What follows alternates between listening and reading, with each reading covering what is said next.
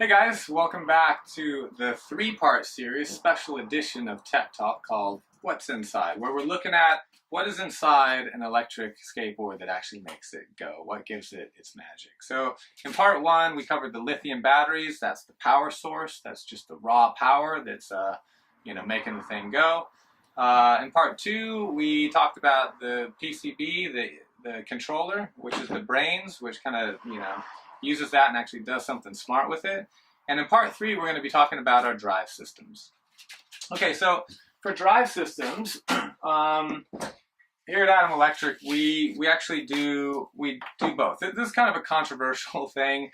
Hub motor, right? Or belt drive. Okay, so everybody has their different opinions. Some are, there's advantages to one and the other.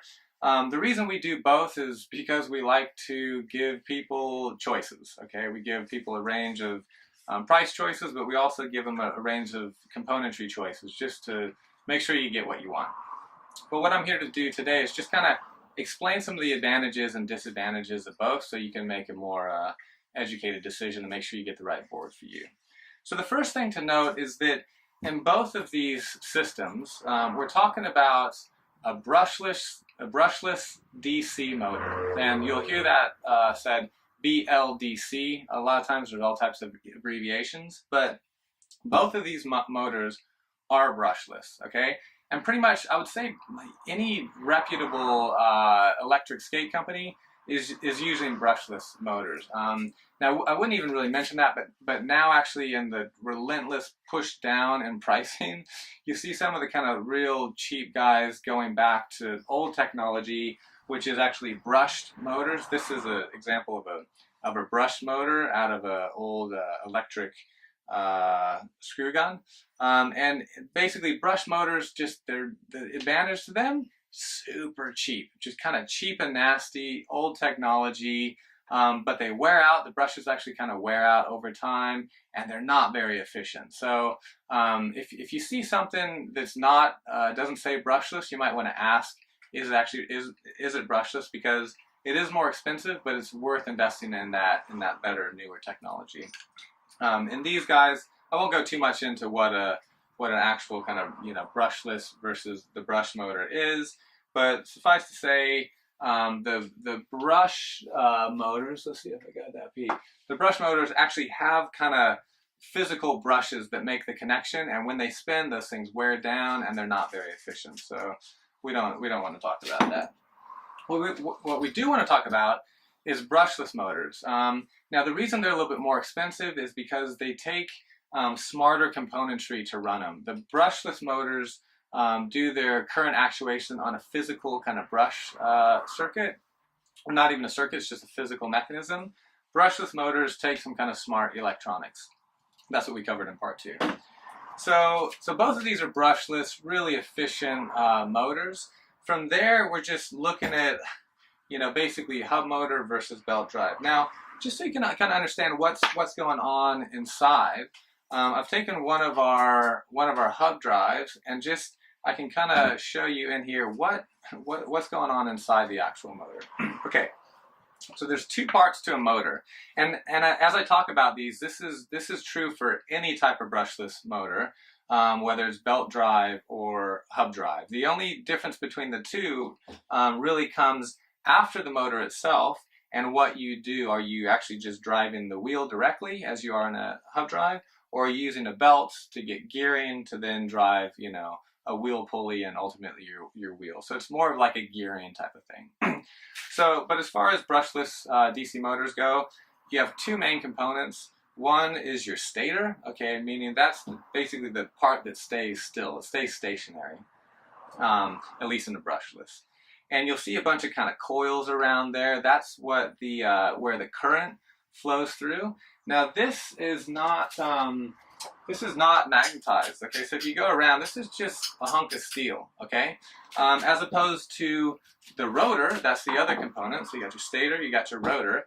Now the stator is actually, you know, that is magnetized. So this guy on there has got, you know, super duper strong kind of rare earth magnets that kind of line the outside of it, all right? So those are permanent magnets. There's no electricity involved. They are just magnetic all the time. By the way, we use super, super high-end rare earth magnets from Japan, really, really high quality, and which is one thing that you don't actually see when you're buying a board, but it makes a huge difference in the efficiency of your motor.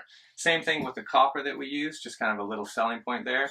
We use really, really high level pure copper, and once again, it's all about efficiency.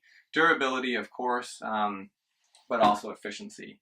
So back to the magnets, these are permanent magnets, and these are called an electromagnet, right? So basically, these aren't magnetized until a current flows through the wire. And when it does flow through the wire, say in this little one right here, this then becomes a magnet. All right, and the reason it does that is because that is how you drive the wheel forward, is by alternating the current to make this a positive or a negative. And it does it in such a smart way, as done by your speed controller. It ends up driving the wheel forward between those kind of the switching of positive and negative polarity. Pretty cool. So putting that guy back together, watch your fingers because it actually is, you know, pretty, yeah, snatch it in there. So that's basically how a brushless DC motor works. The only thing left to say is, like I said, the difference between the hub drive is just the actual rotor itself is the wheel. Okay, so early on, everything used to be these all belt drives. Okay, so this basically the rotor spins around, and that spins a pulley.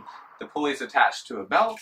The belt then goes to another pulley to get a gearing ratio, and then that's connected to the wheel. Now the advantage of that is to get a gearing ratio, which this is, you know, roughly kind of that 3-to-1 gearing ratio. We got a 14-tooth pulley and a 48-tooth wheel pulley. And what that does is it gets your motor spinning really fast. And the DC motors in general, especially, you know, these ones have been designed for that purpose, they like to spin fast. They get their torque at a certain, you know, their kind of peak torque and efficiency at a certain, you know, at a higher RPM. Okay, so that's kind of the advantage of the belt drive ones. Also, you know, it's a little easier to change your drive wheels. That's one thing. When you change your drive wheel on this, you got some expensive magnets in there. But in general, the advantage to the hub motors is just pure simplicity. There's no belts to check, to maintain. It's just like a set and forget type of thing. There's just no drama. So, and yeah, that's pretty much it. If you've got any other questions on these things, just leave them down below. We'll interact with you guys and tell you the advantages and disadvantages of each. Otherwise, make sure you subscribe. I hope you like this special series on what's inside, but subscribe and stay tuned to more later with me, R&D Lee.